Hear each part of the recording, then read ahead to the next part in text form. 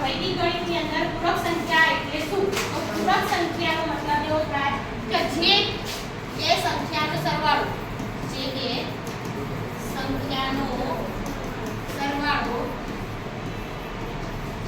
10, 100, 1000 એટલે કે 10n ના ઘાત સ્વરૂપમાં હોય તેને શું કહેવાય? તેને પૂરક સંખ્યા કહે છે.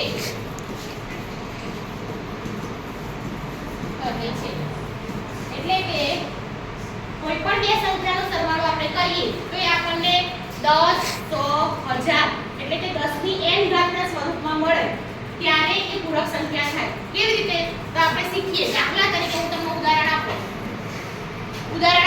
તો 4 6 તો 4 ની પૂરક સંખ્યા કઈ? 4 ની પૂરક સંખ્યા. હવે 4 ની પૂરક સંખ્યા લેવી હોય તો એ 6 થાય. કેવી રીતે? તો 6 + 4 કેટલા થાય? 10 થાય ને?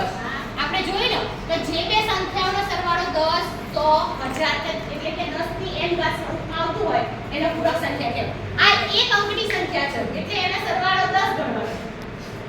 એ બે અંકની સંખ્યા હોય તો એ બે અંકની સંખ્યાનો સરવાળો કેટલો થાય? 100 થાય. એવી રીતે ત્રણ અંકની સંખ્યાનો પૂરક સંખ્યા શોધવાની હોય તો એનો સરવાળો કેટલો થવો જોઈએ?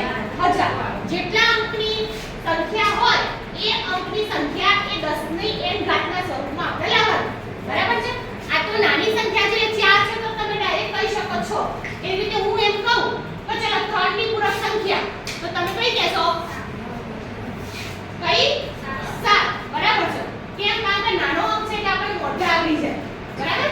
એટલે આપણને ઈઝી પડી જાય. પણ જ્યારે મોટા અંકની પૂરક સંખ્યા શોધવી હોય, મોટી સંખ્યાની 3 રકમની, 2 રકમની અને 4 રકમની, ત્યારે એના માટે એક સૂત્ર છે. કયું? નિખિલ નવત ચરમ દશત. નિખિલ નવત ચરમ દશત. આ સૂત્રની મદદથી આપણે મોટી સંખ્યાની પૂરક સંખ્યા પણ ગણી શકીએ. કેવી રીતે? એ સૂત્રનો મતલબ થાય અંતિમ 10 માંથી અને બધા બાકીના બધા 9 માંથી બાદ કરવાના. એટલે જેટલી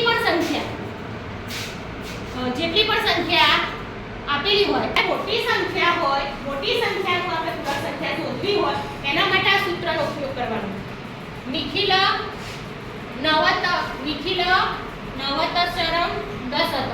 એટલે કે એનો અર્થ શું થાય કે છેલ્લો એકમનો અંક અંતિમ 10 માંથી, એકમના અંકને 10 માંથી અને એ સિવાયના બાકીના અંકને 9 માંથી બાદ કરવા. દાખલા તરીકે આપણે એક રકમની 4325 એની પૂરક સંખ્યા લખવી હોય તો મેં પાછળનો એકમના અંકને શેમાંથી બાદ કરવાના? 10 માંથી. તો 10 માંથી 5 જાય તો 5.